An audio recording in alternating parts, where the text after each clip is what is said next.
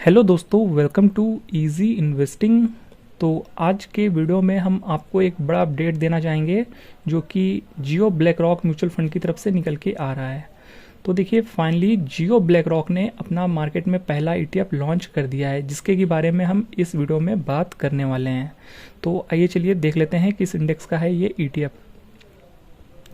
तो देखिए, हम आ चुके हैं जियो ब्लैक रॉक की वेबसाइट पर और जियो ब्लैक रॉक ने अब लॉन्च कर दिया है निफ्टी 50 इंडेक्स का ईटीएफ, जो कि निफ्टी 50 इंडेक्स को ट्रैक करेगा। और काफ़ी लंबे इंतजार बाद ये ईटीएफ हमें ब्लैक रॉक की तरफ से देखने को मिल रहा है और ये पहला ईटीएफ होने वाला है जियो ब्लैक रॉक की तरफ से। और बहुत सारे लोग के कमेंट्स बीच में आए थे कि जियो ब्लैक रॉक के म्यूचुअल फंड्स तो मार्केट में आ रहे हैं, उनका इन्फो आ रहा है, पर ईटीएफ कब आएगा, ईटीएफ का इन्फो कब आएगा, कब जियो ब्लैक रॉक अपना पहला ईटीएफ लॉन्च करेगा। तो फाइनली अब इंतजार खत्म हो चुका है और जियो ब्लैक रॉक म्यूचुअल फंड ने अपना पहला ईटीएफ मार्केट में लॉन्च कर दिया है, जिसका कि इन्फो डिटेल्स आप अपने स्क्रीन पर देख सकते हैं और आप एएमएफआई की वेबसाइट पर भी देख सकते हैं। जियो ब्लैक रॉक का ये जो निफ्टी 50 का ईटीएफ है और इसका इन्फो जो है वो 4 अगस्त को खुलता हुआ देखने को मिल रहा है मार्केट में और 11 अगस्त तक ये इन्फो मार्केट में ओपन रहेगा। 11 अगस्त को इस इन्फो की क्लोजिंग हो जाएगी, जहाँ पर कि आप इन्फो के दौरान मिनिमम 500 रुपये से मिनिमम 500 रुपये से आप निवेश कर पाएंगे। तो ये कुछ अपडेट है। और बता दें, जियो ब्लैक रॉक के बीच लगभग 1 साल से या उससे ज़्यादा समय हो चुका है, 1 साल या उससे ज़्यादा का समय, तब उनके बीच जियो और ब्लैक रॉक के बीच जॉइंट वेंचर हुआ था। और उसके कुछ दिनों बाद फिर जियो ब्लैक रॉक ने अपना पहला म्यूचुअल फंड का इन्फो भी लॉन्च किया था, जो कि निफ्टी 50 इंडेक्स का ही था, जो कि हम आपको दिखाना भी चाहेंगे, ये वाला था।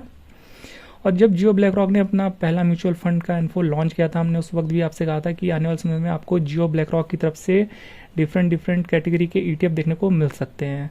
हालांकि ईटीएफ आने में काफ़ी टाइम लग गया, पर लगभग 1 साल के इंतज़ार के बाद ये ईटीएफ मार्केट में पहला आ चुका है जियो ब्लैक रॉक की तरफ से। और जियो ब्लैक रॉक ने अपना पहला म्यूचुअल फंड लॉन्च किया था लगभग 1 साल पहले, अगस्त 2025 में, और अब फिर से अगस्त आ चुका है। लगभग 1 साल लग गया इनको अपना मार्केट में पहला ईटीएफ लाने में। तो ये चीज़ें आपको पता होनी चाहिए, तो हमने आपको बता दी है। हालांकि इस म्यूचुअल फंड में कोई भी रिटर्न अभी तक बना नहीं है, क्योंकि मार्केट तब से लेकर अभी तक परफॉर्म किया नहीं है जितनी उम्मीद थी मार्केट से। साथ ही साथ अब हम आपको बताना चाहेंगे कि इसके इंडेक्स के बारे में, जिस इंडेक्स को ये ट्रैक करता है निफ्टी 50 इंडेक्स, उसके बारे में भी थोड़ी सी चीज़ें समझ लेते हैं। तो सबसे पहले तो देख लीजिए, आज है निफ्टी 50 किस पॉइंट्स पर ट्रेड कर रहा है। देखिए, 24,581 पर कामकाज कर रहा है और फिलहाल से कितनी गिरावट है यहाँ पर वो हम आपको दिखा देते हैं इस इंडेक्स में आज की डेट में। तो जो इसका ऑल टाइम हाई लगा था 2 जनवरी 2026 को 26,328 का, वहाँ से आज की डेट में जो गिरावट है वो है 6% से ऊपर की, 6-6.5% की गिरावट है आज की डेट में। तो अगर आप निफ्टी 50 के ईटीएफ में निवेश करने वाले हैं तो ये चीज़ आपको पता होनी चाहिए। और काफ़ी लंबे समय से मार्केट अभी परफॉर्म नहीं कर रहा है, आप यहाँ चार्ट में देख सकते हैं, लगभग 2 साल का टाइम होने वाला है। फिर यहाँ पर एनएसई की वेबसाइट पर निफ्टी 50 को देख लेते हैं। तो निफ्टी 50 में आपको पता ही है, देश की टॉप 50 कंपनीज जो स्टॉक मार्केट में लिस्टेड टॉप बेस्ट कंपनीज हैं बाय मार्केट कैप, जिनका मार्केट कैप सबसे बड़ा है, ऐसी 50 कंपनियों का यहाँ पर वेटेज देखने को मिलता है निफ्टी 50 में। और ऐसे स्टॉक्स इस इंडेक्स में देखने को मिलते हैं। और यहाँ पर किस किस सेक्टर से कितना % एलोकेशन है वो आप यहाँ पर देख सकते हैं, जो कि एक सेक्टरल डिस्ट्रीब्यूशन होता है। आप यहाँ पर अच्छे से देख सकते हैं कि किस सेक्टर को कितना वेटेज दिया गया है। फाइनेंशियल सर्विसेज हमेशा की तरह टॉप वेटेज है यहाँ पर अब भी, और oil and gas consumable fuels का यहाँ पर 9.65% का वेटेज है, यानी सेकंड टॉप वेटेज दिया गया है। और आईटी का यहाँ पर थर्ड पे आता है नंबर और 8.37% का वेटेज है, जो कि लगातार कम होता हुआ आया है बीते कई सालों से। ऑटोमोबाइल का यहाँ पर 7.13% वेटेज है, FMCG 5.7%, health care 4.82%, metals and mining 4.52%, construction 4.13%, telecommunication 5.37%, consumer durables 2.92%, power 2.63%, consumer services 2.86%, construction material का यहाँ पर आप देख सकते हैं 2.31%, सर्विसेज 2.17%, कैपिटल एंड गुड्स का सबसे कम वेटेज है 1.24%। फिर फैक्ट शीट की बात करें तो यहाँ पर आप देख पा रहे होंगे कि नंबर ऑफ कंपनीज यहाँ पर 50 हैं, रिटर्न्स थोड़े से कम हो गए हैं क्योंकि 2 साल से मार्केट बिल्कुल भी परफॉर्म नहीं कर रहा है। लास्ट 1 ईयर के रिटर्न्स भी नेगेटिव में है 1.5%, और ड्यूरिंग ईयर भी देखेंगे तो यानी 2026 में तो 6-6.5% के नेगेटिव रिटर्न है। 5 साल का CAGR जो एक समय 13-14% का होता था, वो आज की डेट में सिर्फ और सिर्फ 9.12% का ही रह गया है, क्योंकि जैसा कि बताया मार्केट चल नहीं रहा है। सिंस इंसेप्शन भी काफ़ी अच्छे रिटर्न्स हुआ करते थे 14% के आसपास, अब 10.94% के रिटर्न यहाँ पर शो कर रहा है। फिर यहाँ पर सेक्टोरल डिस्ट्रीब्यूशन की तो हमने बात कर ही ली है, वेटेज भी आप यहाँ देख ही सकते हैं।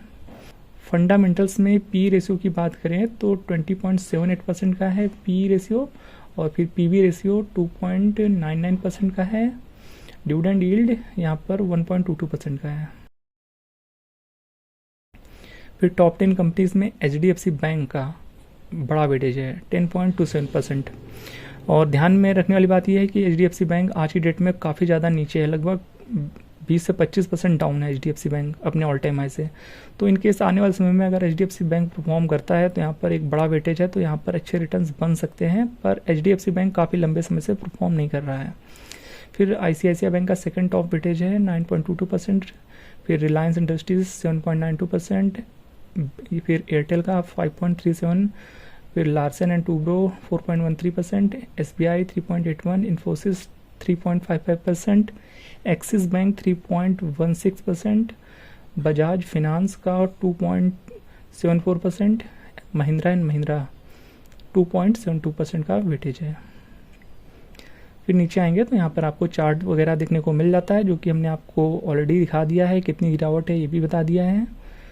और यहाँ पर रिबैलेंसिंग वगैरह डेट आपको देखने को मिल जाती है, जो कि जनवरी 31 और जुलाई 31 की है।